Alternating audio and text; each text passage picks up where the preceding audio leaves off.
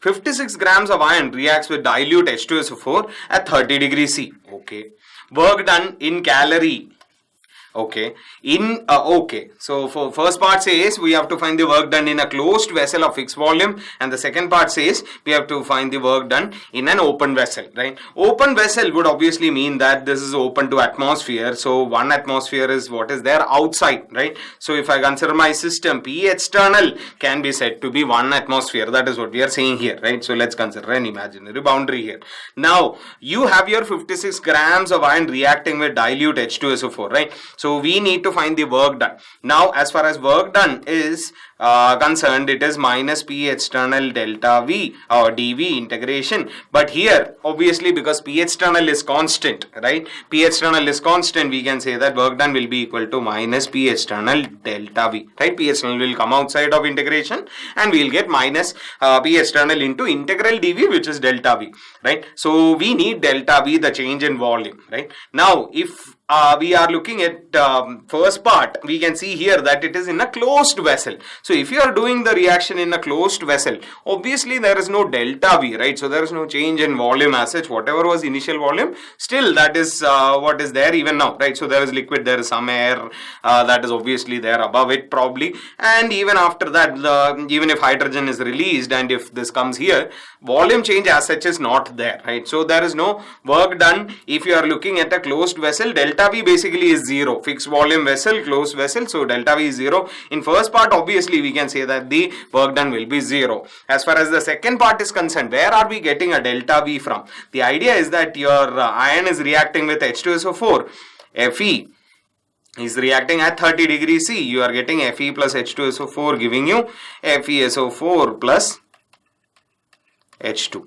Right, so you have your metal reacting with the dilute acid, displacing hydrogen, more reactive than hydrogen. So if we will displace hydrogen from H2SO4, we will be getting hydrogen gas. This is a new volume that will be there, right? So if you are doing it in open vessel, what will happen is that this hydrogen, the dotted line that I made here, this is basically my imaginary flexible boundary. So that expanded, right? Now the hydrogen has come here, and throughout the expansion process, do you see that P external is same 1 atmosphere, which is acting on this imaginary boundary, right? So we can say that minus 1 atmosphere into delta V is what we are looking at. Now think about this. You have your iron, which is like in a solid form probably, and maybe iron filings or something. H2SO4 is in aqueous phase, FeSO4 is in solution phase, again aqueous phase, and hydrogen is the only one that is in gas phase. So whenever we have these reactions, we are going to be primarily concerned about the volume of gases. Why? Because as far as solids and liquids are concerned, we assume that there is minimal volume change as far as they are concerned. So we, unless and until the question itself is speaking about something where solid is like converted from one probably allotropic form to another or something, and there is a change in volume because of change in density, there obviously we will take solid liquid volume as well. But in general, if a gas is involved, gas will have maximum contribution to that delta V part. So that is going to be the one that is important for us. So imagine like when I started the reaction, I had this iron which was lying inside, there was this solution, this was like one certain volume that was there, but suddenly now new hydrogen bubbles are coming out, right? Basically that extra volume, the delta V is entirely because of the hydrogen that is released from this reaction, right? So now think about this, looking at this, we had 56 grams of Fe and molar mass is 56 grams per mole. So obviously we had 1 mole of Fe. And hopefully we had enough dilute H2SO4. Obviously, if H2SO4 is limiting reagent, there is nothing we can do about this. But yeah, we will have to assume that we have excess of H2SO4, so that H2SO4 is not the limiting reagent. Iron decides the number of moles of H2. So you can see 1 mole is giving you 1 mole. From the balance reaction also, you can see 1 mole is giving you 1 mole. So obviously hydrogen number of moles obtained is 1 mole, right? Now, what do I do? Which means that we have 1 mole of hydrogen coming out at 30 degrees C. So delta V is what I need. So what is going to be delta V? The volume of hydrogen, right? So this delta V is exactly the volume of hydrogen, which is the volume of 1 mole of hydrogen gas at 30 degrees C. 1 mole of any gas at 30 degrees C, in fact. So how do we find that? We can use PV equal to nRT if we want what other thing, because you can see here, right? So P into volume of hydrogen will be equal to number of moles of hydrogen into R into T, right? So this is basically minus, hydrogen is also going to be at 1 atmosphere, by the way, right? So hydrogen is coming out, it is facing 1 atmosphere, it will also be in 1 atmosphere, right? So obviously this imaginary boundary, you can imagine that hydrogen is inside this at 1 atmosphere, external pressure is also 1 atmosphere, and obviously what is written here is minus P hydrogen into volume of hydrogen only. So we can write this to be equal to minus nRT, right? So this can be written to be equal to minus. Why am I writing this? Because I know number of moles of hydrogen is 1, right? So I can directly use that information. And anyways, all the answers are in calorie. Okay, we could have found the answer in joule and converted also from here. Basically, how do I get the volume? I can say that, okay, 22.4 is there at 273. What will be there at 30 degrees C? So we can write 22.4 divided by 273 into 303. This would have also given me the volume that is there, and then minus P delta V also I could have done. But I am just avoiding that, and I am saying that this should be equal to minus number of moles of hydrogen into R into T. Now this will be equal to minus 1 into. Now because the answer is in calorie, I am going to take R value to be approximately 2 calorie per mole per Kelvin, right? 8.314 joule per mole per Kelvin, we will get 1.9 something calorie per mole per Kelvin. I am taking it as 2 for the sake of convenience, and I have temperature to be 303, and obviously my answer is minus 606 calories, right? So let's look at the options. What do we want? We want one to be 0 and second one to be minus 606. Again, minus I hope is clear because it is expansion. Let's say if there was a reaction where gas volume is reducing, overall number of moles is reducing and volume is reducing, there it would have been positive. Here it is negative. Obviously I am seeing 0 and minus 606 in A option. Brilliant. A is the final answer.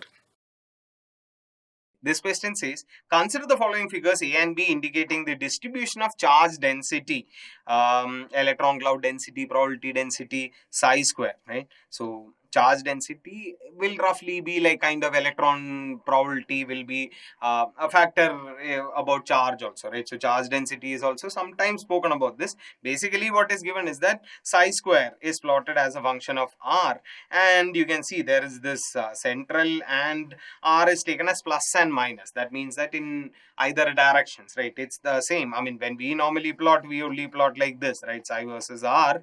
In the normal graphs we only plot like this. Distance, right, negative doesn't make any sense. We change the angles, right? That is what we do. But yeah, point is that this is being mirrored here, right? So let's say what is given to us is in A, you can see that it is starting from some value and it is continuously decreasing and going on to become 0 at infinity. Something of that sort is shown. Basically there is no radial node, right?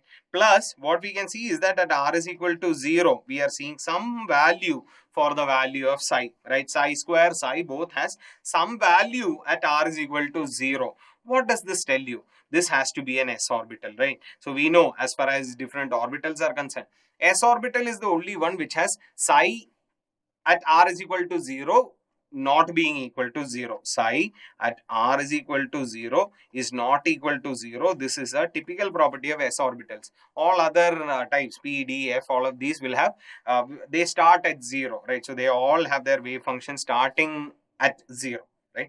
Yeah, so of course, we know that this A thingy has to be an s orbital. Same thing can be spoken about B as well, right? So you can see even in B, it is starting from a non-zero value. So this is also an s orbital, right? Now, in the first one, I don't see any node, right? So what is node? Node is where this is happening, right? So where psi square becomes equal to 0 for some finite value of R, we say that this is a radial node, right? So this distance is where from the nucleus the probability of finding an electron at this distance will be equal to 0. Let's say this is D, right? So at a distance D from the nucleus, the probability of finding an electron will be 0. This is called a radial node. And we have in A there is no radial node, and number of radial nodes we know is n minus L minus 1. Right?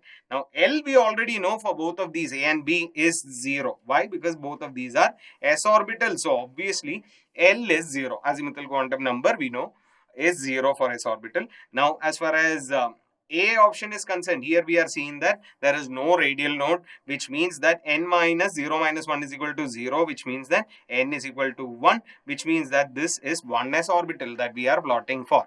Right now, in the second one, you can see there is one radial node, right? I mean, plus r minus r will be considered as the same, right? They won't be considered as two different nodes, right? So if I make a let's say this is my radial node distance, right? This pen distance, and let's say this is your nucleus at a distance d. Anywhere I go to, I'll be seeing zero probability, which means that this is going to be a spherical surface, right? So obviously, this is also called as a spherical node as well, radial node. So one radial node plus d minus d would be the same, right? So this is plus d, right? This is minus d. What difference does that make, right? So one radial node, which means that n minus 0 minus 1 is given to us as 1. So n, the principal quantum number here is 2. So obviously 2s is going to be this orbital, right? So select the correct statements. Both A and B are, okay, the option says A and B both are for 1s. This is not true. A and B are both for 2s. No. A is for 2s and B is for 1s. No. We know that A is 1s and B is 2s, which is obviously option D. If the ionic radii of K plus and F minus are 1.34 angstrom each, the expected value of atomic radii of K and F should be, right? So this is a simple question, conceptual question. Obviously, there is no way that we can exactly calculate anything, right? But the point is that these values are experimentally obtained, and as far as we are concerned, only logic will help us solve this. There is no way to calculate the exact value, right? Now, as far as cation and anions are concerned, we know that radius of atom, when we compare it to a cation and an anion, we know that cations are always smaller, right? So less number of electrons held by more number of protons, so they will pull the electron cloud inward. So always what we see is that radius of atom is always greater than the radius of the particular same respective cation, right? So radius of atom has to be greater than radius of cation, and as far as an anion is concerned, we know that radius of atom is always less than radius of anion. How do we know this? Because of the fact that when you are looking at an anion, you have more electrons, there will be more repulsion and all, and this less number of protons are trying to hold on to all of these electron clouds, and they will all repel and become larger. And what we see is that anions are always larger than the original atoms, right? So what can we say about K from here? So K originally had to be greater than 1.34 angstrom, right? So potassium, if it was greater than 1.34, when it became a cation, it reduced and K plus became 1.34, right? So radius of potassium has to be greater than 1.34 angstrom is something we know, and radius of fluorine atom has to be less than 1.34 angstrom is what we know, right? So from the second one, we know atom radius has to be less than anionic radius. Anion is 1.34 angstrom, which means that original atom would have been smaller than 1.34 angstrom. Do we know the exact value upfront? Can we calculate it using a formula? No. Unless and until somebody gives you a formula upfront in a passage, we don't have any ready-made formula for this, obviously. So we are not trying to calculate anything. We are looking for the option that matches our criteria. Potassium has to be greater than 1.34, right? So this is not the answer. Greater than 1.34, okay, will work for me. Radius of fluorine has to be less than 1.34, 0.64, perfect, this also works for me, right? So obviously, let's look at the other options as well. 0.64, not going to happen, right? It has to be greater than 1.34. This is greater than 1.34, but this is given to be exactly 1.34, not going to happen, right? Anion has to be larger than your atom, so atom can't be 1.34, so obviously correct answer is option B. The reaction 2C plus O2 giving 2CO is carried out by taking 24 grams of carbon and 128 grams of oxygen. We have to find the incorrect statements, right? So what is happening here? Whenever you have an LR based reaction, first write down the valence reaction. Then whatever data is given, convert everything into number of moles. So the first thing that we do is to find the number of moles. Is number of moles given? No. Weight is given? No. We can divide weight by molar mass, right? So number of moles is weight divided by molar mass. So for carbon, what can I say? Number of moles of carbon will be 24 by 12 gram per mole, so 2 moles of carbon. And number of moles of O2 will be 128 divided by 32 gram per mole, which is obviously 4 moles, right? So we have 4 moles of oxygen and 2 moles of carbon. Now let's write these. So we have 2 moles of carbon and 4 moles of O2. Obviously, you can already see carbon 2 mole, we need only 1 mole oxygen. I have 4, so 3 moles extra, and obviously carbon is the LR and all. But yeah, how do we normally solve these questions? How do we find the LR? We divide the number of moles by the respective coefficient, and whichever gives you a smaller value is going to be the LR. Right, so this is 2 divided by coefficient is 2, so 2 by 2 is 1, and this is 4 divided by coefficient is 1, so 4 by 1 is 4, right? So obviously carbon is your LR, right? So carbon is the limiting reagent, oxygen is the limiting reagent. Wrong. Amount of oxygen left is 96 gram, they are saying. Let's see. So what do we see? For 2 moles of carbon, I need 1 mole of O2. How much did I have? I had 4 moles of O2, out of which only 1 mole is consumed. So I have number of moles of O2 left to be equal to 4 minus 1, which is equal to 3. Right? How do we get this? By using mole analysis, we say number of moles of carbon by 2 should be equal to number of moles of oxygen used by 1. Right? So for the number of moles consumed of reactants and number of moles produced of products, we have this equation, no? Na by A equal to Nb by B equal to, this is called the mole analysis equation, and we can apply this. Only thing we have to keep in mind is the number of moles that we take should be of limiting reagent, right? So in this equation, I am taking number of moles of carbon to be equal to 2. So 2 by 2 should be equal to number of moles of O2 used by 1. We are getting number of moles of O2 used to be equal to 1. We did that mentally, but I am just telling you because might not be such simple numbers, right? So in that case, what will you do? You will write, okay, number of moles of C by 2 equal to number of moles of O2 used by 1. From there, you will get number of moles of O2 used, or common sense, unitary method. For 2 moles, you need 1 mole. So oxygen, number of moles consumed is half the number of moles of carbon, right? So here 2 moles of carbon, 1 mole is consumed, 3 moles remaining. So weight of oxygen remaining is what is talked about here. So weight will be, from here also you can see weight is going to be equal to number of moles into molar mass, right? So we have 3 moles of oxygen and 32 gram per mole. So 96 grams of oxygen is going to remain. This is a true statement, right? So yeah, so this is a true statement. What are we looking for? We are looking for incorrect statement. So A is our answer, okay? So amount of CO formed is 56. Let's see. So this can also be extended. This can be said as number of moles of CO produced divided by 2, right? So from here, I am getting number of moles of CO to be equal to 2, right? Obvious. You could have just used observation also. You can see from the reaction that 2 mole is giving me 2 mole. So obviously 2 mole will give me 2 moles only. Right. So what will be the weight of CO? Weight, again, we know weight is supposed to be equal to,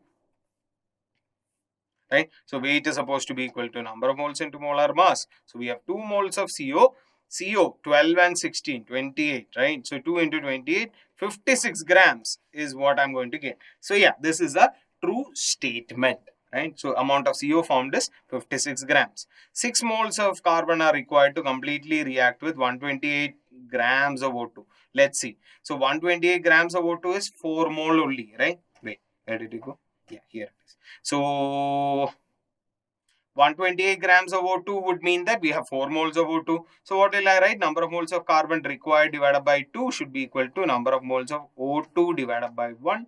O2 is given to us as 4, right? Number of moles of O2 is 128 by 32, 4. So number of moles of carbon required would have been 2 into 4, which is equal to 8.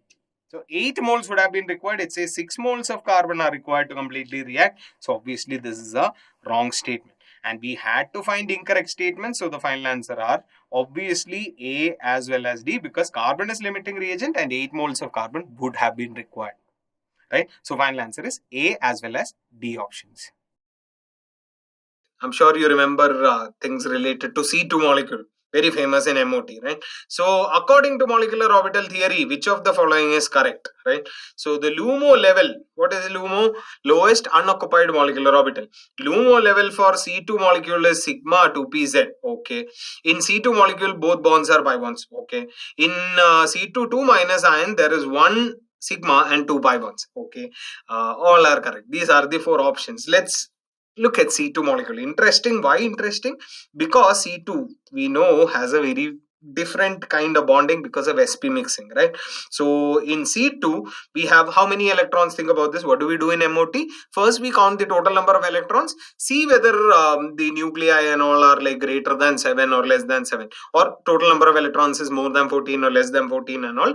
So here we have 12 electrons, right? Carbon atomic number is 6, so obviously C2 will have 12 electrons. 12 electrons is obviously less than 14 electrons. So the order that we write is 2 1 2 1. I hope you remember this, right? What do you mean by 2 1 2 1? Basically sigma 1 s 2, sigma star 1 s 2, sigma 1 s 2, sigma star 1 s 2, sigma 2 s 2, sigma star 2 s 2.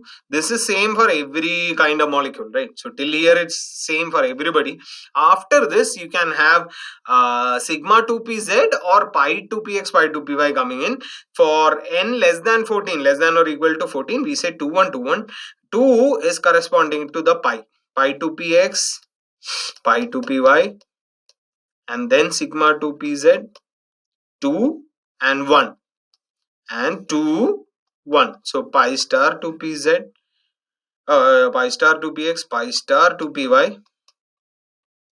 This is again your second 2, and the last one is your sigma star 2pz. This is the order that is there. For n less than or equal to 14, we say that there is sp mixing and you end up getting this slight deviation. Ideally sigma 2pz should have been lower energy, but for low atomic number elements like these, right? So molecules like these, here we see that we end up getting 2 1 2 1 configuration. If you need more idea about what is this sp mixing and how exactly are we getting this, we will try and do something separately. Reach out to us, we'll help you out with that. But yeah, this is more than enough to know that this is the electronic configuration. And if this is the electronic configuration, right, so let's try to distribute the electrons in by the way, this is also written as K, K dash, L, L dash. You might be remembering K shell, right? First shell is K shell. So yeah, what do we have? We have C2 electronic configuration as K, K dash, L, L dash, which is sigma 1 is sigma star 1 is sigma 2 is sigma star 2 is. Then you have pi 2px 2 and pi 2py. Now I have 12 electrons, 8 in this and 4 more here, so 12 electrons. So K, sigma 1s, sigma star 1s, they will cancel each other out. They are impact out. Let's think of it like that. L and L dash will also cancel each other out. Sigma 2s, sigma star 2s, bonding and anti-bonding molecular orbitals will destroy each other's impact. Now, what is left? Bonding is caused by these 4 bonding electrons. I mean 4 electrons which are there in bonding molecular orbitals. So do you see that there are 2 pi orbitals that are fully filled here, pi orbitals that are fully filled here, and there is no sigma, right? So what we say is that obviously just after this, which orbital is there? We can write sigma 2pz 0, right? Why am I writing this? Because LUMO, lowest unoccupied molecular orbital. So till here you are seeing occupied, right? So these orbitals are all occupied. After this is a completely unoccupied. There are no electrons at all in this level. So what is that lowest unoccupied molecular orbital? The lowest unoccupied molecular orbital is sigma 2pz, which is true. So this is a true statement. In C2, both bonds are pi bonds.